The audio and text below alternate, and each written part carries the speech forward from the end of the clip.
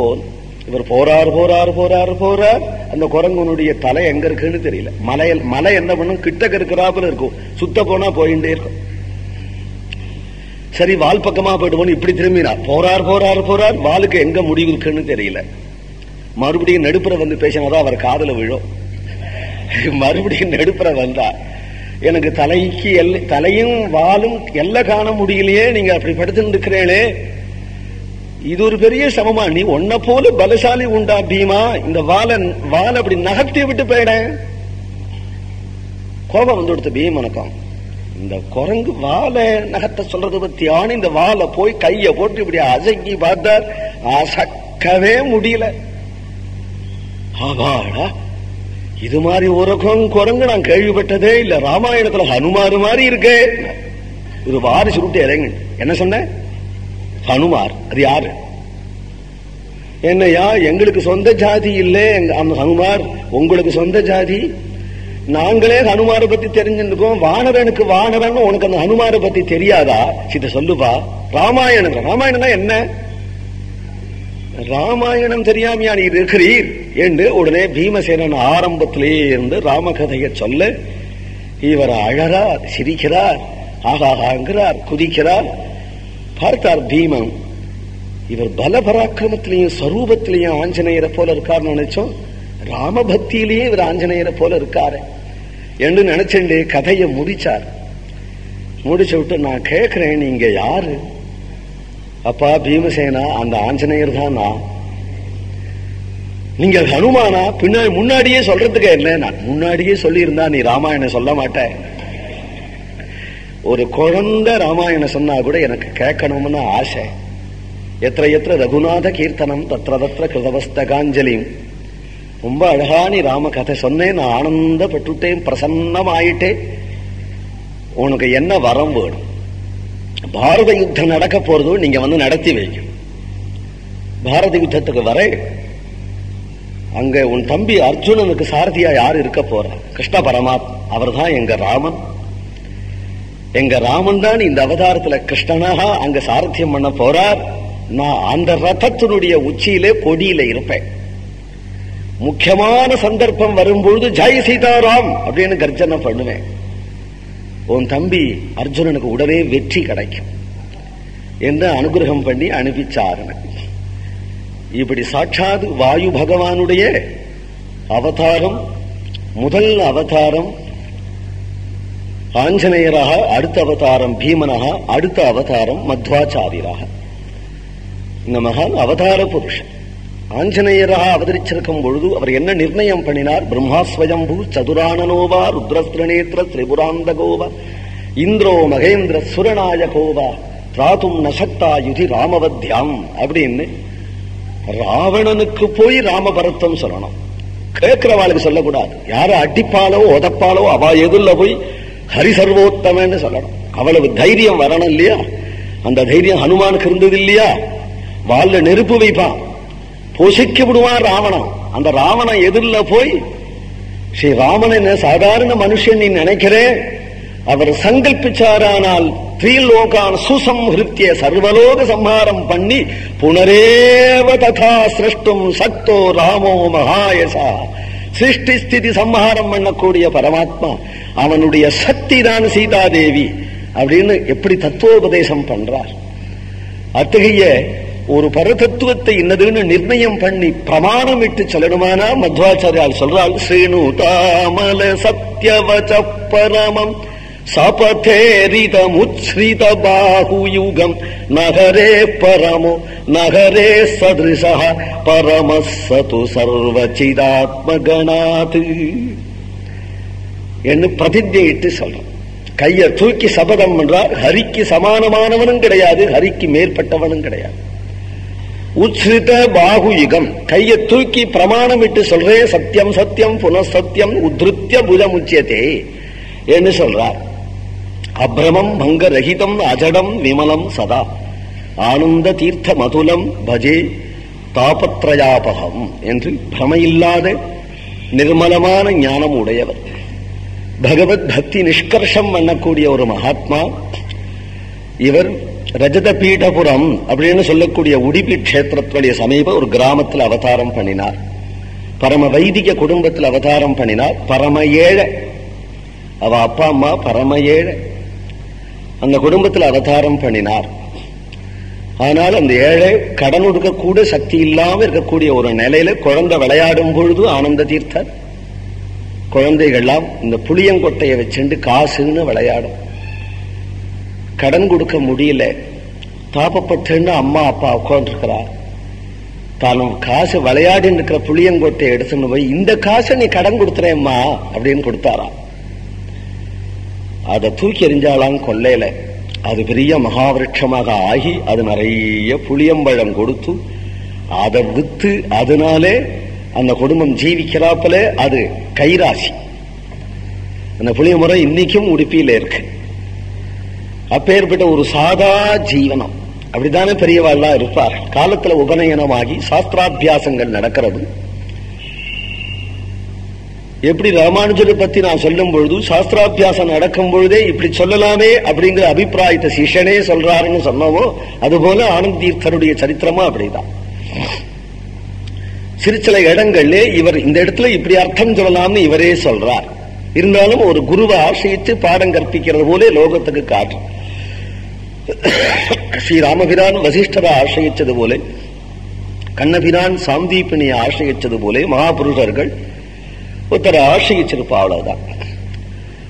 கொஞ்ச நாள்ல இவர் விவாகம் பண்ணி கொண்டு கிரகஸ்தாசிரமத்தை வேண்டாம்னு புறப்பட்டவர் இல்லை. விவாகம் பண்றதுக்கு ஏற்பாடுகள் பண்ணிட்டு இருக்கும் பொழுதே விவாகமே வேண்டாம்னே புறப்பட்டுட்டார். லோகத்திலே எங்கேயும் வைதிக சித்தாந்தங்களை பண்ணி ஹரிபக்தியை நிலைநாட்டுவதற்காக சஞ்சரிக்கிறார். நியம சன்னியாசிகள் இந்த மகான்கள்லாம். இவாளுக்கு நியம சன்னியாசிகளா இருக்கிறதுனால்தான் தச நாமங்கள், தீர்த்தர்னோ கிரின்னோ பாரதினோ சரஸ்வதினோ இந்த நாமங்கள்லாம் தண்டி சன்னியாசிகளுக்கு உரிய நாமம்.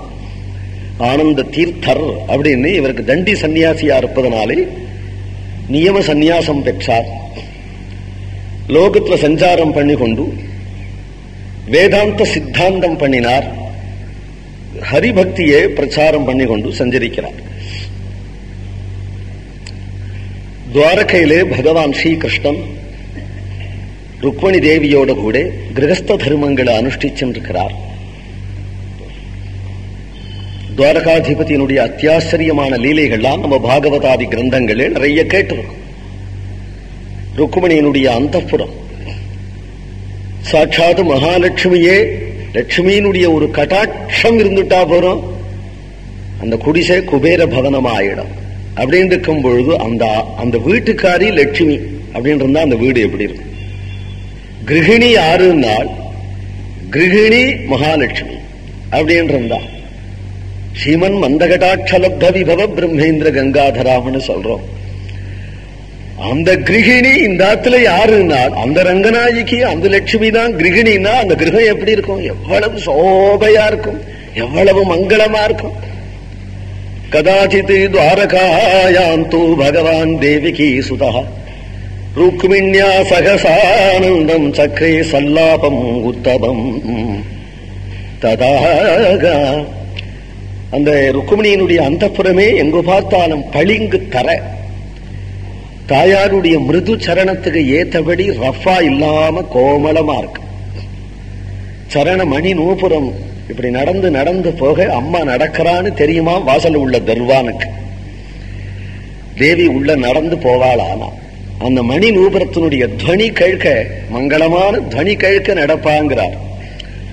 வாதிராஜ சுவாமிகள் ருக்மிணியை தியானம் பண்றார். சிஞ்சல் நூபுர சோபிபாத கமலாகாம் மந்தஸ்மிதோத்யன் முகீகீம் கஞ்சாட்சிம் குச்சபாரபீரு விலசன் மத்யாம் பணக்கங்கணாகாம் சம்வாத்யை பரிசேவிதாம் சுவசனாம் ஜாம்பூனதாலங்கிருதாகாம் அம்பாம் தாம் பிரணதோஸ்மி கிருஷ்ண ரமணீம் லம்பாலகாம் ருக்மிணீ. ராதையை பத்தி நிறைய ஸ்தோத்திரங்கள் இருக்கு, நிறைய பாட்டுகள் இருக்கு. ருக்மிணியை பத்தி இல்லையேன்னு நினைச்சுப்பேன். நான் ருக்மிணியை பத்தி ஜாஸ்தி ஒத்தரப்படி எல்லாம் பாடலையேன்னு நினைச்சுப்பேன். அந்த குறைய தீர்க்கிறார். ருக்மிணியை பத்தி அழகான ஸ்தோத்திரம் வாதிராஜ சுவாமிகள். ருக்மிணி அம்மா இல்லையா, எப்பேற்பட்ட ஒரு ஜெகதம்பா அவள். சீதையை பத்தி கூட நிறைய ஸ்தோத்திரங்கள்லாம் இருக்கு. ருக்மிணி தேவியை பத்தி அதிகம் ஒண்ணுமே இல்லை. ஏன்னா இந்த கவிகளுக்கு இப்படி ஒரு பாரபட்சமோ. ருக்மிணி அம்மாவனுடைய குணங்கள் எல்லாம் சொல்ல வேண்டாமா? சிஞ்சல் நூபுர சோபி பாத கமலாம், அவளுடைய பாத கமலங்களிலே அணிஞ்சிருக்கக்கூடிய மணி நூபுரம் கலீர் கலீர்னு ஒலிப்ப ஹம்சகாமனியா தேவி நடந்து பகவான் கிருஷ்ணனுக்கு துவாரகாதீசனுக்கு சேவை பண்றாளா. ஆனா ஸ்ரீசுகர் ஒரே அத்தியாயத்துல ஆசை தீர சொல்லிவிட்டார். தாம் ரூபிணீம் ஸ்ரீயமனன்ய கதிம் நிரீக்ஷேயா லீலயா திருததனோ அனுரூப ரூப பிரீதஸ்மயன் அலக குண்டல வத்ரபிம் ஹரிராபபாஷே ஸ்மித சுதாம் ஹரிராபபாஷே. அவன் அரூபமா இருந்தா இவள் அரூபமா இருப்பாள். அவன் ரூபத்தோடு வந்துட்டா இவள் ரூபத்தோடு வந்துருவாள். அவள் வைகுண்டத்துல வாசுதேவனா இருந்தா இவள் அங்க லட்சுமியா இருப்பாள். அவன் ரிசிம்மனா வந்தால் இவள் லட்சுமி ரிசிம்மனா ஆயிடுவாள். லட்சுமி ஆகி அப்பொழுதும் விடமாட்டாள். ராமனா வந்தா ராகவத்வே பவத் சீதா வாசுதேவே து ருக்மிணி. ஏனால அனன்ய கதியம், இன்னொரு இடத்துக்கு போக மாட்டாளா. அனுரூப ரூபா, கம்பீரமான ரூபம் எடுத்துன்னு வந்தா இவ்வளவு அழுத்தமான ரூபம் வந்து நிற்பலாம். ரொம்ப தொடுதுடுக்கான ரூபம் எடுத்துன்னு வந்தா இவளும் சுட்டித்தனம் உடைய ரூபம் எடுத்துன்னு வரவலாம். ஏன்னா எவ்வளவு அழுத்தம் சீதாதேவி திருணமந்திர கிருத்வான அப்பேற்பட்ட பயல நடுங்கி பேசலாப்பட நிற்க வைக்கிறாள். ஆனா இவளுடைய ஒரு அழுத்தம் ஒன்னே திரிபுவனத்தையும் ஆட்டி வைக்கிற. ராவணா கிட்டக்க வந்து பேசும்போது தன்னறியாம வாய் பொத்திக்கிறான். ஏன்னா ஹனுமார் பார்த்துட்டார். அதனால சொல்றார், அப்பேற்பட்ட பிரபுவனுடைய தர்மபத்தினி இல்லையாங்கிறார். ஹனுமான் நேர பார்த்து விட்டதுனால அனுரூப ரூபா. கவலையே படல, இவ கவலையே படல. ஏன்னா திருணம் அந்தரத கருத்துவானா, ஒரு புல்ல புடுங்கி போட்டா இதுக்கு சமண்டா நீங்களா. அவன் பயப்படுறான், இவ பயப்படல. பொசுக்கி விடலாமே. அப்பொழுதுன்னு சொல்றார், அவர் பொசுக்குவார். அப்பேற்பட்ட பிரபுவனுடைய தர்ம பத்னினா அவர் ஹிருதயம் புரிஞ்சு நான் செய்யணும். எதிவா ராவண சுயம்னு சொல்லிட்டு இருக்கார். உனக்கு அபயம் கொடுக்க அவர் தயாரா இருக்கார். அப்படி இருக்க நாம் பயம் கொடுக்கலாமாங்கிறார். அசந்தேசாத்து ராமஸ்ய தபசானு பாலனாது. அவளைதான் ருக்மிணியாக வந்தாள். இந்த ருக்மிணியாக வந்துட்டு இப்ப என்ன செய்கிறாள் இப்போ அப்படின்னா அனுரூப ரூபா. இங்க வந்து அது மாதிரி சுட்டித்தனம் பண்ணாத போனா இங்க கண்ணங்கட்டில ஓடி வர முடியாது. அப்பா அண்ணா குடும்பத்துல எல்லாரும் சேர்த்து ஜாதகம் அண்ணா பார்த்து ஒரு கல்யாணம்னு ஏற்பாடு பண்ணி பத்திரிக்கை உள்பட போட்டு பெரிய பந்தல் போட்டு கண்ணாலம் கோடித்துன்னு எல்லாம் பண்ணி வச்சிருக்க. இவள் திடீர்னு வந்து யாரோ உஞ்சவர்த்தி பிராமணனை கூப்பிட்டு மணமணன் 7 ஸ்லோகத்தை கொடுத்து அவர்கிட்ட கொண்டு குடுமனுக்கு. திடீர்னு அவர் ஓடி வர இவ ஓடி போக, கோவிலுக்கு போறது மாதிரி இவ ஓடி போக பட்டுன்னு தாம் ராஜகன்யாம் ரதம் ஆருருக்ஷதி மெனக்கெட்டு சொல்ற. இல்ல நான் ஒண்ணும் இல்ல அவர் தான் தூக்கின்னு போயிட்டாருன்னு சொல்லாம இவளுக்கும் இஷ்டம் இருந்ததுன்னு சொல்றாருங்க. தாம் ராஜகன்யாம் ரதம் ஆருருக்ஷதியும் ஜகார கிருஷ்ணோ துவிஷதாம் சமீட்சதாம். பெரியோர்களால் நிச்சயிக்கப்பட்டுங்கிறது என்ன ஆச்சு அப்படிங்க பரஸ்பரமே நிச்சயம் பண்ணினுட்டா. அதுக்கு பெரியோர் ஒருத்தர் இல்லைங்கிற குறை இல்லாதபடி ஒரு உஞ்சவர்த்தி பிராமணன் மாட்டேன்டான். அவனை நெடுப்புற வச்சு விட்டு எங்களுக்கும் பெரியமா உண்டு, அவர் தான் கொண்டு கொடுத்தாரு, அவர் தான் சொன்னார் அப்படின்னு பண்ணி விவாகம். இவ்வளவு சுட்டித்தனம் ஏன் பண்ணணும்னா இல்லாத போனா கண்ணனுக்கு சரியான இருக்க முடியுமா? இவோ அப்படி கண்ணனுக்கு சரியான இருக்கக்கூடிய ஒரு பிராட்டியாக இருக்கக்கூடியவள் தாம் ரூபிணியும் ஸ்ரீயம் அனன்யகதியும் நிரீட்ச யா லீலையா திருத தனோஹோ அனுரூப ரூபாங்கிற தேவி சர்வாபரண